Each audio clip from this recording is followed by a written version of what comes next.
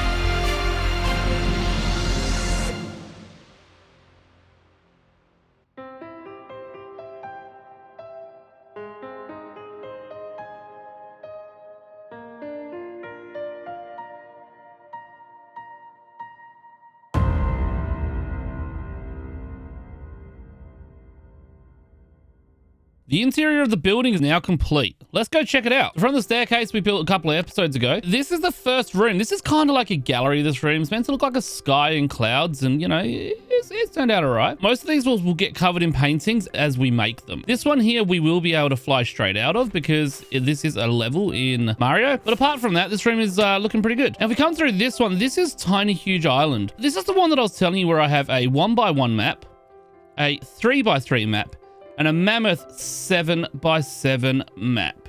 That thing's gonna take forever to do. That's 800,000 blocks for that one.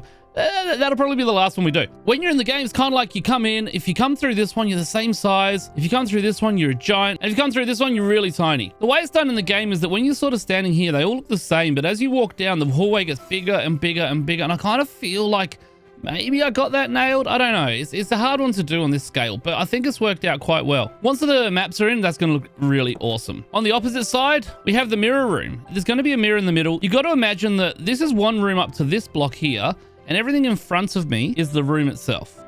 Everything on this side is a reflection of this room. So if I place a block here, I also have to place a block here so that it looks identical, and when you're looking at it, it's kind of like it's a mirror, so you can kind of see. It's a little bit trippy when you're walking through here. Just wait until I put the mirror in. It kind of looks a little bit better, but even more trippy as well. In fact, you know what? Let's do that now. Let me just finish this room off, and I'll be right back. That's a little bit better now. You can see now there's a clear barrier. It kind of looks like a mirror, and as you look, you know, you can see I've got the sim head there. I've got these little pillars, and as I move around, they all they look like they're reflecting. I think it looks pretty good. It's a bit of a shame about all these bars. If we could get rid of these like edges of the glass, glass and it was like a connected texture a bit more, it would definitely look a lot more like a mirror. But I think it looks really good overall. And then once we get the paintings in, and obviously the paintings will match, like that painting and that one will match, that one and that one will match, it'll obviously look a lot more real again. The only exception to the rule is if you look through there, there's a painting, and in here there isn't.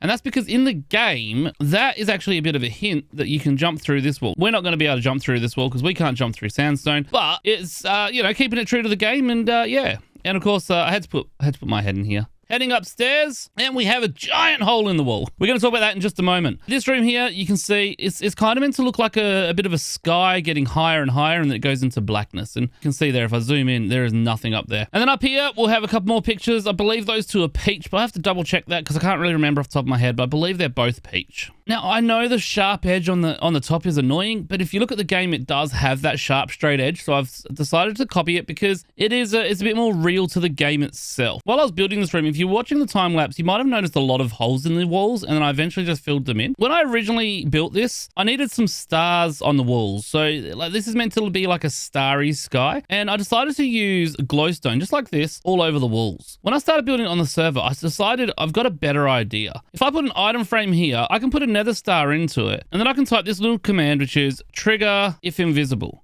And then it will make it invisible. And I can even like rotate it and things like that if I want, or I can just leave it sitting the right way up. But because they glow, I thought that's going to be much nicer than having big giant squares of glowstone all over the place. So I'm going to place a whole heap of these around. I've got, what, about a stack and about 40. I'm going to chuck a bunch of these around and I'll be right back.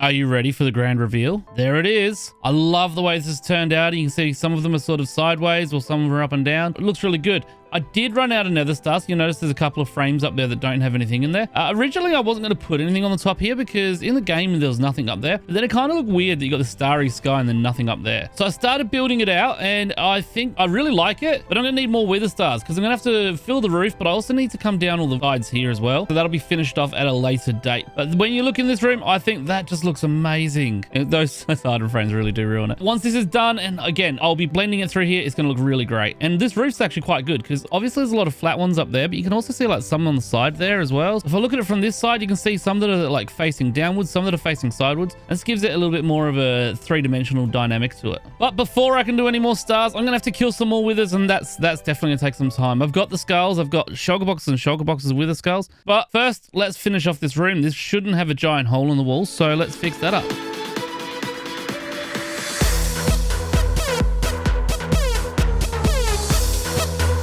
The clock is finished and it's apparently 3 o'clock. It's 3 o'clock all the time. So this is the big grandfather clock, this giant grandfather clock in the middle of the room here. You got the little pendulum there that would normally swing, but it doesn't swing in the game either. And then up the top here, you got all the leaves and things like that. Now I've backlit it. If you look carefully, you can see glowstone through the back of it. So I've backlit it there so you can sort of see it a bit better. And I think that looks fantastic. If we go down there as well, it does really look quite grand. Looking up at it, it just looks pretty big. When you come up these stairs now, you're just greeted by the giant grandfather clock. If you were wondering before why there were no stars in this area, now you kind of understand. And with the starry sky above and around it, it's looking so good. I can't wait to finish this off. But I think I'm gonna have to do that in between episodes because I'm not gonna have time in this episode, that's for sure. Now if we turn around, you've got the nice grand staircases going up either side. We'll just fly up because I can't do the double jumps because I haven't put the beacon in yet. As I mentioned before, we got the peach over this side and then Bowser on this side. Now they're gonna actually have to be a bit bigger. They're gonna be 3 by 3. So I'm gonna have to do a slight redesign here just to make sure that it looks nice. Maybe just make these walls one wider or something like that, but we'll figure that out. As we come up here, you'll have Peach on one side, Bowser on the other side, and then up here you got a big picture of Bowser, and that's it. So that's the whole interior is now finished, and we finally have an interior to Peach's castle. Wow, that looks so good. Coming down there, oh.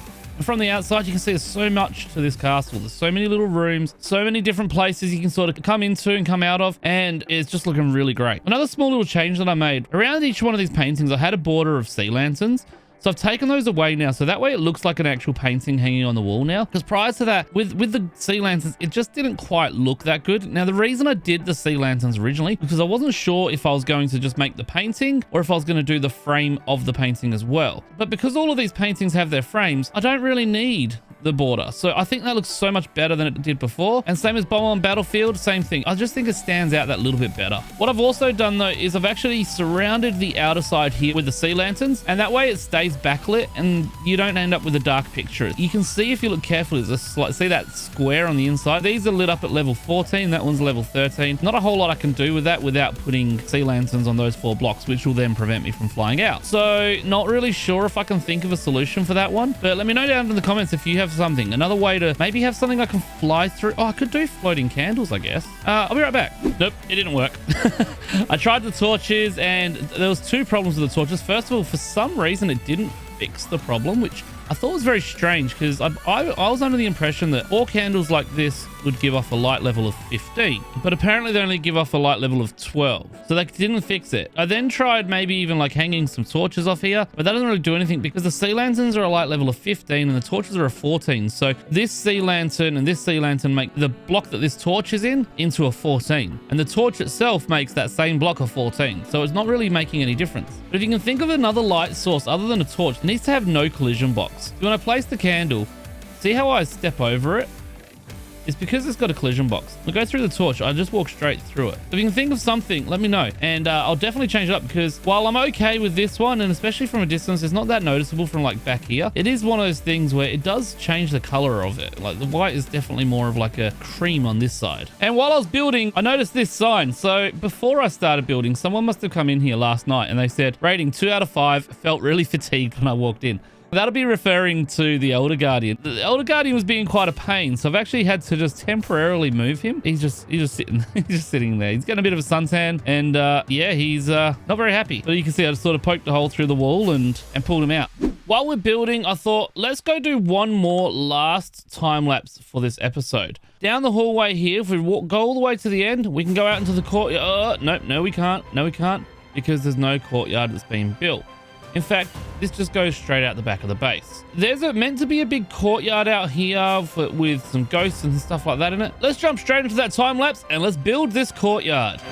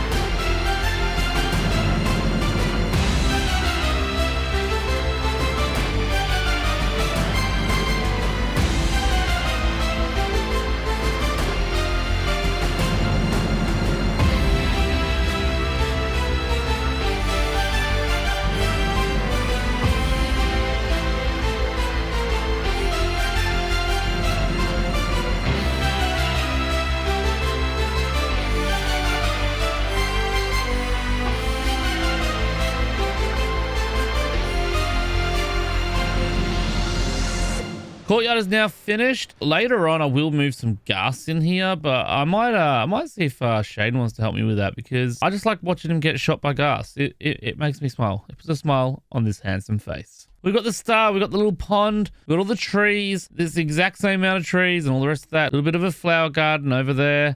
And over there, you might notice that there's no roof on this. Obviously, a courtyard doesn't need a roof. However, I am considering putting on like a fake roof, kind of like I did in the clock room upstairs, where it had the big black roof, and I've put the stars up there to make it look like a starry sky. So I am thinking about doing that. If I was to do it here, it'd be like a light blue with some clouds. Let me know down in the comments what you think. If you want me to do the fake roof, do an emoji of a cloud. And if you don't want me to do a fake roof, comment an emoji of a sky. From over here, you can see it's just floating in the air at the moment. That will all be fixed later on. Once we get to the terraforming stage, we'll start blending this in with that land and things like that. We are going to be starting on some of that soon. I'm still trying to work out the exact angles of all the paths out here and all the land, but yeah, I'm getting there. And once I've got an idea, we can start building it, even if we do it in stages. What I've worked out so far, we're going to have to dig a whole lot more of this out. Maybe in the next episode, we can sort of clear out a huge area here. We'll see how we go. But right now, I feel like doing some redstone.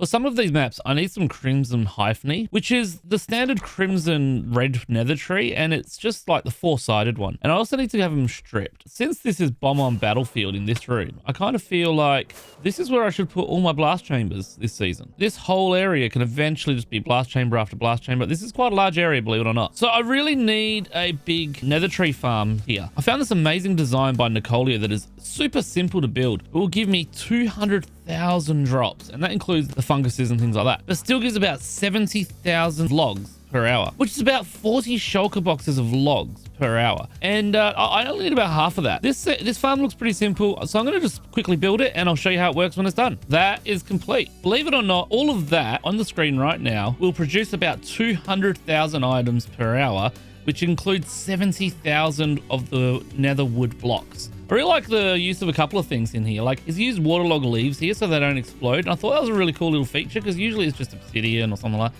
That's so much prettier. I love it. Up here, we've got some TNT jupers. These TNT jupers are different to anything I've seen before, but they're so simple. It's a very basic design. And yeah, no, I'm definitely going to be using these more in the future. One more thing I added, which was also suggested by Nicolia. This is a small farm for the funguses. So this will get us the crimson fungus because that's how I've designed it. You can get the other one as well. So all we need to do is flick this switch and this will start farming. You'll see them down there. Fix them up. And they pop up here. Let me show you that in free cam so you can see it a bit better. So it's bone mealing down here, and then what happens is it's actually pushing some glass blocks down for a second, which picks them all up, and they all sort of glitch through the glass block like that into the air block, and then when it does it again, they glitch through the pistons. It's actually quite a clever design.